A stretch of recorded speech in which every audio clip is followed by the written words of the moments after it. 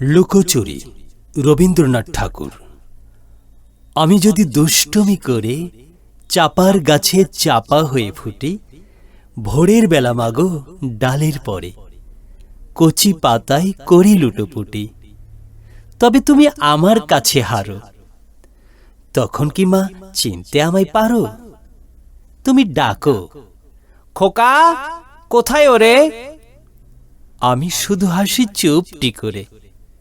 যখন তুমি থাকবে যে কাজ নিয়ে, সবই আমি দেখব নয়ন মেলে। স্নানটি করে চাপার তলা দিয়ে আসবে তুমি পিঠেতে চুল ফেলে।